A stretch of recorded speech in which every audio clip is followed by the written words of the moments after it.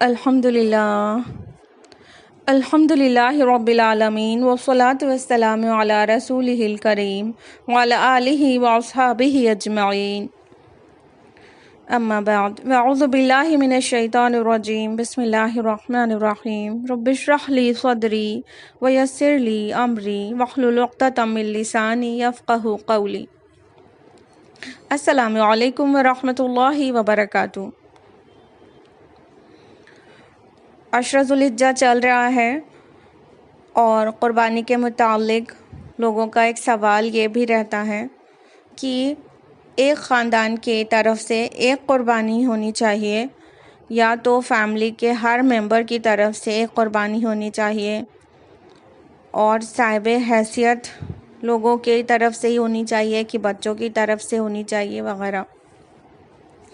تو دیکھیے، فضیلت کی جہاں تک بات ہے تو اگر انسان کو اللہ تعالیٰ نے اتنی استطاعت دی ہے کہ وہ ایک سے زیادہ قربانی کر سکتا ہے تو وہ اپنے گھر والوں کی طرف سے، سب کی طرف سے کرے۔ یہ تو انسان کی استطاعت پر ہے کہ وہ کتنا خرچ کر سکتا ہے۔ تو فضیلت کے اعتبار سے تو ایک سے زیادہ قربانی ایک خاندان، ایک گھر کی طرف سے ہو سکتی ہے، لیکن جو شرعی مسئلہ ہے وہ یہ ہے کہ ایک فیملی کی طرف سے ایک قربانی کفایت کر جاتی ہے۔ یعنی فیملی سے وہ لوگ مراد ہوں گے جو شوہر، بیوی اور بچے، جن کا چولہا ایک ہے، جن کا کچن کامن ہے۔ تو ایک کچن جس میں جو رہ رہے ہیں اتنے لوگوں کی طرف سے ایک قربانی بہت کافی ہے۔ تو اس کے متعلق حدیث ہے اللہ کے رسول صلی اللہ علیہ وسلم کی، ابن ماجہ اور ترمذی کی روایت ہے۔ ترمذی میں حدیث نمبر 1505 ہے کہ جب حضرت ابو ایوب انصاری رضی اللہ عنہ سے پوچھا گیا کہ نبی کریم صلی اللہ علیہ وسلم کے زمانے میں قربانی آپ لوگ کس طرح کیا کرتے تھے، تو انہوں نے جواب دیا کہ ہم نبی کے زمانے میں ایک خاندان کی طرف سے ایک ہی بکری قربان کیا کرتے تھے، مگر بعد میں لوگ دولت پر فخر کرنے لگے، اس وجہ سے انہوں نے وہ کچھ کرنا شروع کر دیا جو آپ دیکھتے ہیں۔ یعنی کہ لوگ اپنی نام کرنے کے لیے اور زیادہ دوسرے سے کمپیٹ کرتے ہوئے بڑا جانور لے کر اور زیادہ مہنگا جانور لے کر دکھانے کی غرض سے یا کسی سے کمپٹیشن میں آگے نکلنے کی وجہ سے ایک سے زیادہ جانور ذبح کرنے لگے۔ بعد میں یہ ساری خرافات شامل ہو گئی، لیکن نبی صلی اللہ علیہ وسلم کے وقت میں ایک خاندان میں، ایک گھر میں ایک ہی جانور ذبح کیا جاتا تھا۔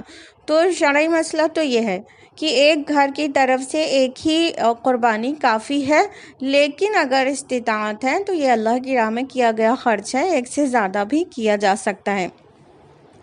ابن ماجہ اور حاکم کی ایک اور حدیث ہے جس میں ایک صحابی کہتے ہیں کہ ہم ہمیشہ پورے خاندان کی طرف سے ایک ہی بکری قربان کیا کرتے تھے، لیکن اب میرے گھر والے مجھے اکساتے ہیں اسی کے لیے کہ مطلب فلاں کو دیکھو اور ہم اتنا کریں گے کیا۔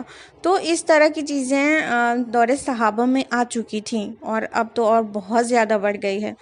تو اس طرح بہرحال ایک خاندان، ایک فیملی کی طرف سے ایک قربانی کافی ہے، لیکن جس کے اندر استطاعت وہ کرے۔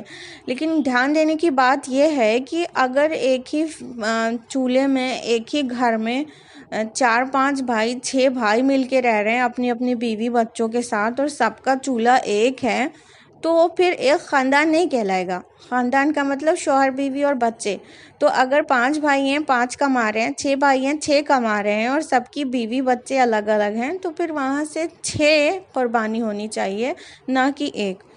تو یہ ڈیپینڈ کرتا ہے کہ ایک خاندان ایک ہی گھر میں بھی ایک سے زیادہ ہیں تو پھر وہ الگ الگ فیملی، الگ الگ خاندان مانے جائیں گے، چاہے وہ ایک کامن گھر میں ہی کیوں نہ رہتے ہوں۔ والسلام علیکم ورحمۃ اللہ وبرکاتہ۔